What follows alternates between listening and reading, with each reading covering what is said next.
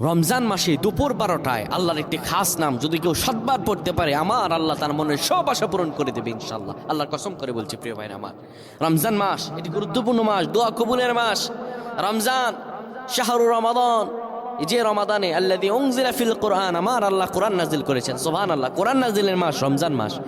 কোনো ব্যক্তি যদি রমজান মাসে দুপুর 12টা যখন বেড়ে যাবে, দুপুর 12টা বেজে যাওয়ার পরে মানুষগুলো তখন যদি আল্লাহ তাআলার এই খাস নামটি 7 বার পড়তে পারে, আমার আল্লাহ তার সব দোয়া কবুল করে দিবেন। কি অবস্থায় আছেন আপনি?